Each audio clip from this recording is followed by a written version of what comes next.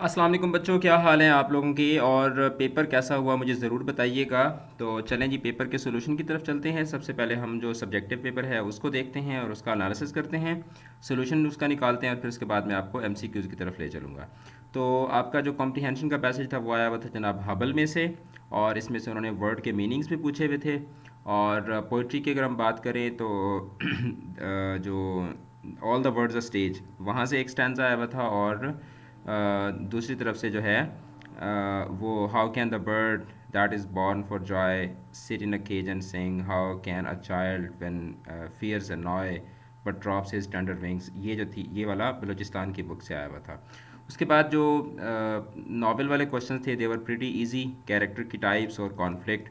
और ऐसे भी बहुत मज़े के थे, हॉरर्स ऑफ वॉर, ये बहुत मज़े का ऐसे था। और मेरा दिल कर रहा था कि मैं इस पे खुद भी एक ऐसे लिखूं। ड्रग एडिक्शन का आया हुआ था, that was also pretty easy ऐसे। उसके बाद हम आ जाते हैं क्वेश्चन नंबर 5 जो कि मैंने आपको सॉल्व करवाना है, और उसके बाद क्वेश्चन नंबर 7 जो कि आपको सॉल्व करवाना है।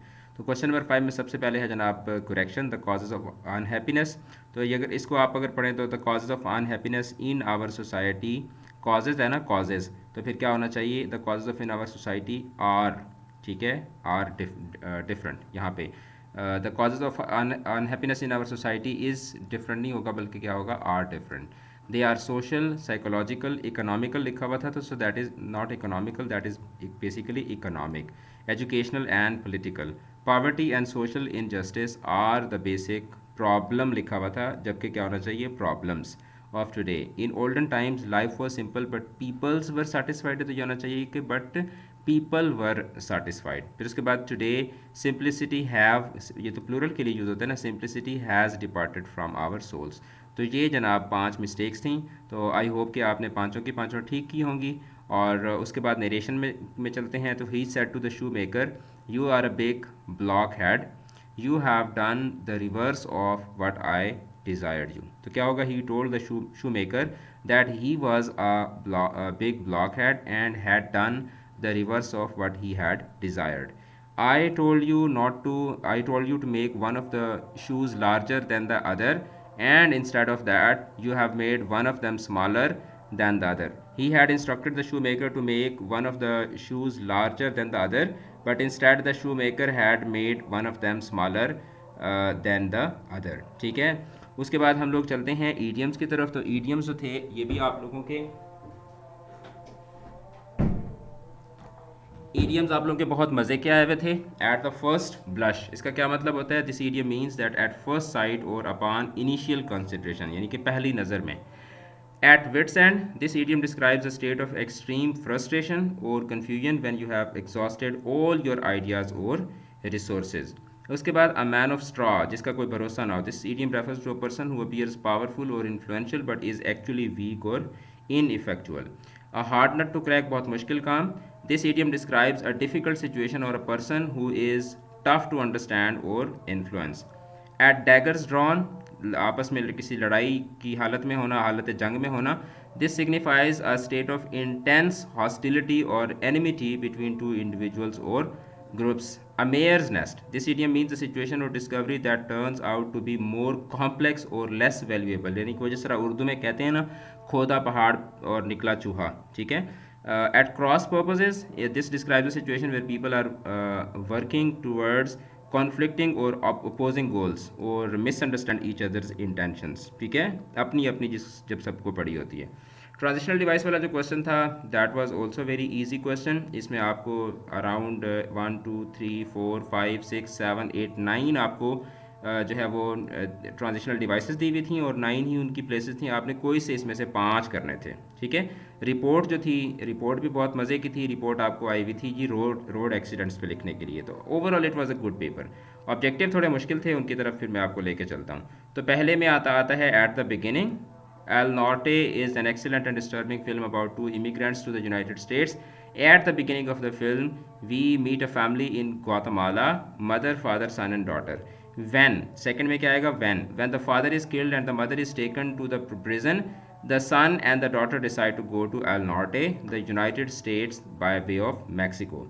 At first, third में क्या आएगा, at first they have trouble finding someone to take them across the Mexican border, but then they find a way across and and up in Los Angeles. पांचवे में क्या आएगा, how ever life in the US is not as easy as they thought it would be. Next क्या आएगा, first they have to find housing, then they need to learn English. फिर उसके बाद आएगा and get jobs.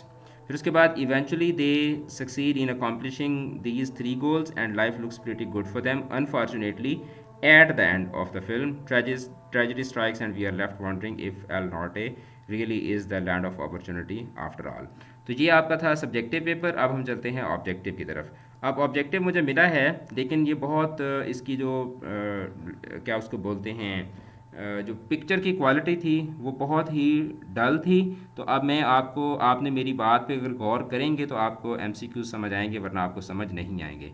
तो मैं आपको बताता जाऊंगा। पहला जो क्वेश्चन था, which of the following sentence contains transitive verb.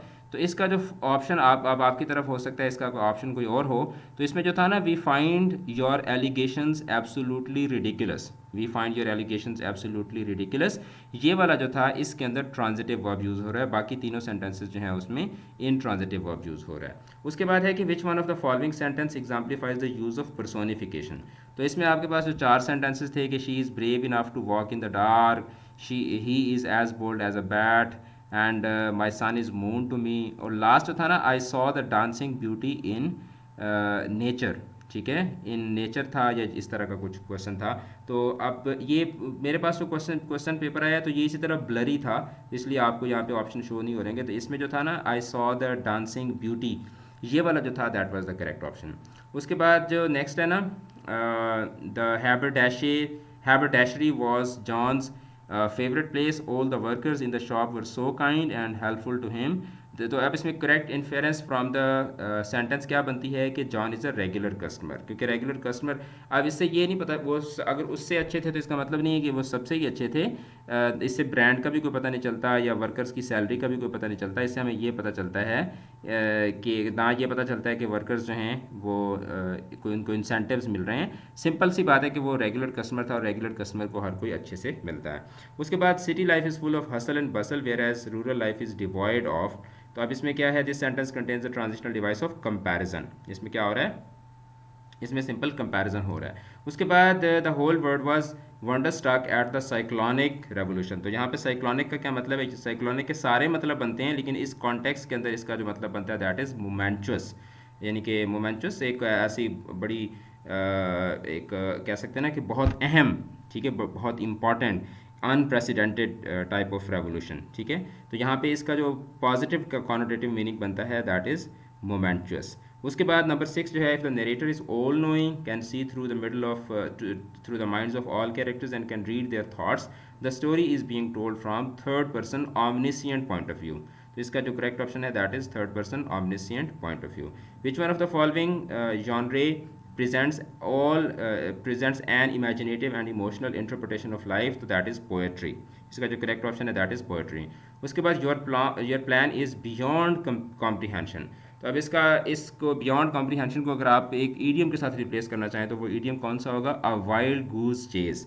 यानी कि एक ऐसा प्लान कि जिसके अंदर कोई हकीकत, कोई रियलिटी ना हो। हम सिंपल कहते हैं कि your plan is a wild goose chase. ठीक है। O liberty, what crimes have been committed in thy name. तो ये अब इसमें कौन सा पोएटिक डिवाइस यूज़ हुआ है, इसमें अपॉस्ट्रफी यूज़ हुआ है, क्योंकि आप लिबर्टी से खिताब कर रहे हैं। She has a heart of stone. तो इसमें हार्ट ऑफ स्टोन से क्या मुराद है कि शी इज़ मर्सीलेस, बड़ी बेरहम है। अच्छा, विच one of the following sentence contains an opinion. अब चार सेंटेंसेस हैं। I think education is free for all. तो अब इसमें आई थिंक का वर्ड ही बता रहा है कि ये क्या है, सेंटेंस ओपिनियन बेस्ड है। उसके बाद uneasy lies the head that wears a crown, uneasy lies the head that wears a crown. ये वाला जो सेंटेंस था इसका करेक्ट ऑप्शन बनता है एडजेक्टिव क्लॉज, क्योंकि ये हेड को फर्दर क्लॉज पूरी जो है वो क्या कर रही है, मॉडिफाई कर रही है। A lot of people visit us, a lot of people visit us on Eid. At Eid भी आता है, लेकिन एट ईद का मतलब होता है जब आप ईद के आसपास के टाइम की बात कर रहे हैं। ठीक है, a lot of people visit us on Eid. उसके बाद the people were flying kites in spring. तो अब इसमें फ्लाइंग इस सेंटेंस के अंदर क्या है, that is a present participle, क्योंकि as a main verb use हो रहा है।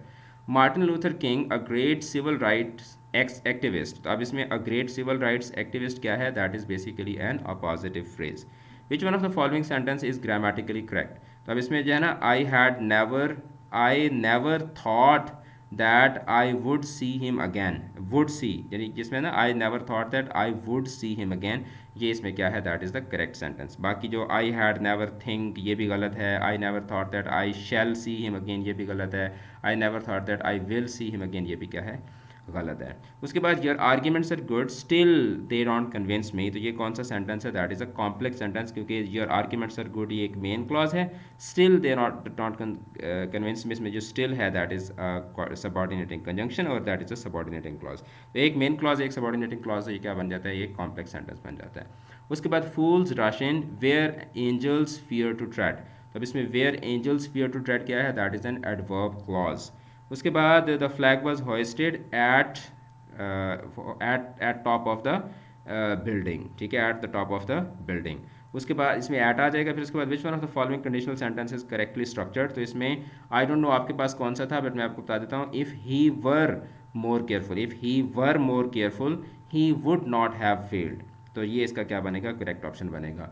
तो जनाब मुझे ज़रूर बताइएगा कि आपका पेपर कैसा हुआ और आपकी पेपर के बारे में क्या राय है, कितने आपने ठीक किए कितने गलत किए। चैनल को ज़रूर सब्सक्राइब कीजिएगा और जुड़े रहें चैनल के साथ। आपका बहुत शुक्रिया। All the best. खुदा हाफिज़।